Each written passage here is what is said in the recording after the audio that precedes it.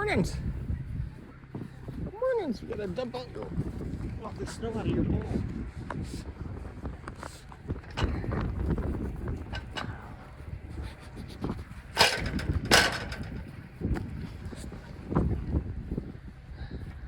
Good morning, Sully. Let's get you some food.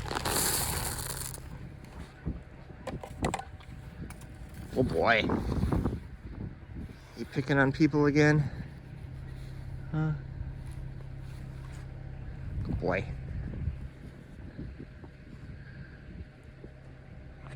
Well, you can see the wonderful 10 to 12 inches of snow he got. I've already plowed it twice, but got to clean up the 3 or 4 inches we got overnight and all the drifting so we can get out here this morning. So, haven't seen a lot of videos on the plow with the Yanmar SA series, the Yanmar actual snow plow, so do a little bit on it, not gonna be much.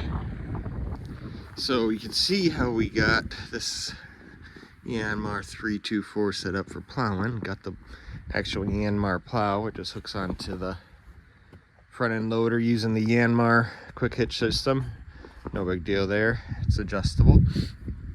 A couple other things I've done to help plowing, especially in the winter, it gets dark so early.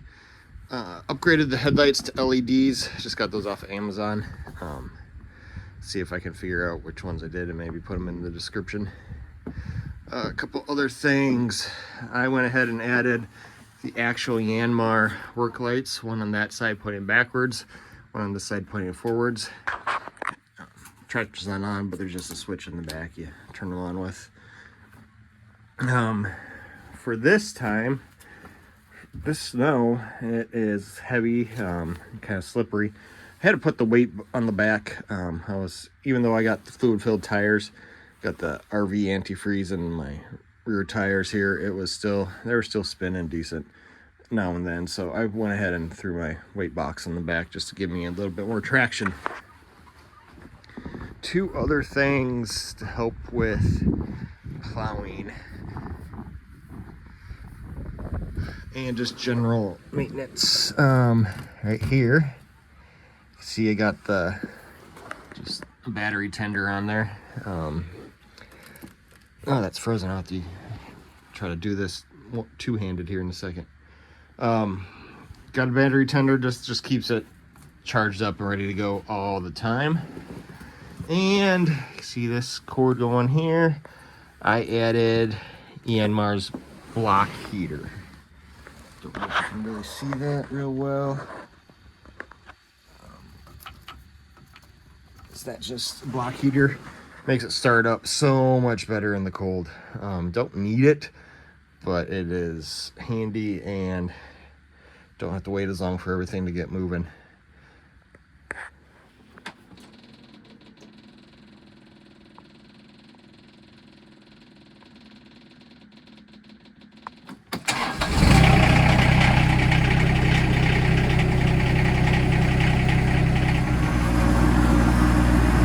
So you can see you have to be careful with how much down pressure you're putting onto the loader. I'm turning to the right here, but I'm still going straight because with the plow pushing down a little bit, you don't get quite the traction on the front wheel. So you just got to kind of fine tune how much pressure you're putting on the loader and the plow. So you can get a little bit more down, but then you lose steering. So you just kind of got to fiddle with it till you find that sweet spot. Sometimes I like to let it go all the way down like I just did there because I can really push some snow if I know I just have to go straight. But yeah, if you want to make sure you're turning, you kind of got to find a sweet spot. Sometimes you can put it in float mode, but sometimes that still gives it a little bit too much pressure if it catches on something. So it's kind of a constant fine tuning while you're going. But float mode actually usually works fairly decent to keep it where you want at the right amount of pressure.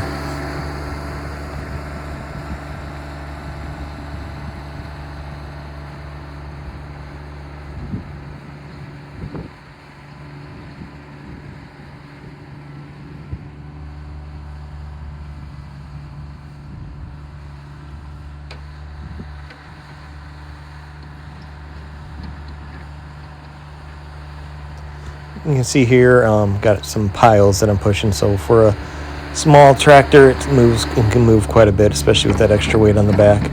It's nice to be able to use that front end loader too to pile it up like I did there, so you can use the lift function and pick it up and push it up quite high. Seen a little bit, I got some piles that are probably 5 or so foot tall. Last year I got stuff going up probably 6 or 7 feet, because you can just adjust how high you want to go when you're pushing on the pile and scoop it right up to the top.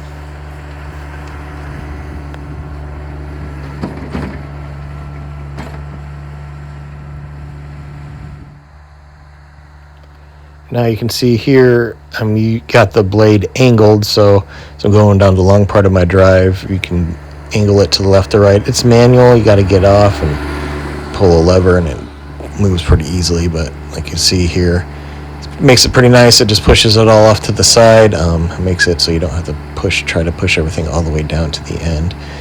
This is a 6-foot blade, so clearing 6 foot off at a time makes it a lot nicer. I used to use my 4-wheeler with a 42-inch blade, 40-inch blade, something like that. So this has cut a lot of time off. Can move more because it's bigger, heavier machine, and plus having a 6-foot plow makes it much, much nicer.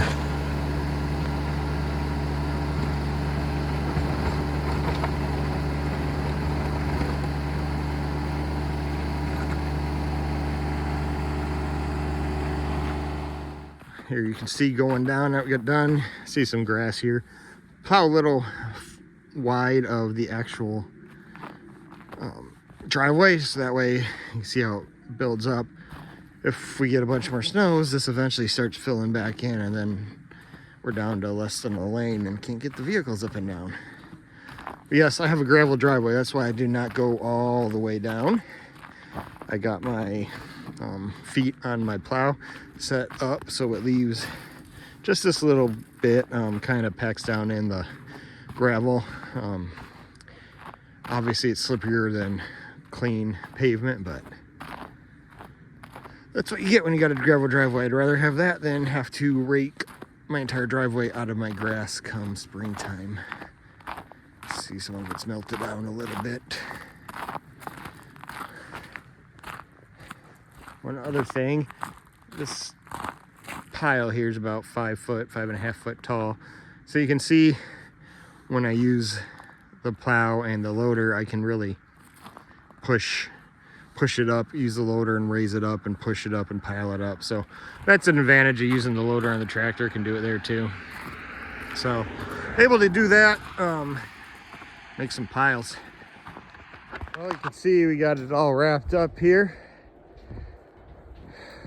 I back drag up here. I tried to get it on video, but I didn't hit record or something. I don't know what's going on. But you see that all? Nice and ready to go. State's out doing their thing. So luckily I got everything cleared out, so they're not filling me back in. But yeah, thanks for joining us at Castle Rock Farm and Homestead, and we will see you next time. Here's a little sneak peek of another reason I built this temporary shed so tall. More to come on that, but probably not till spring.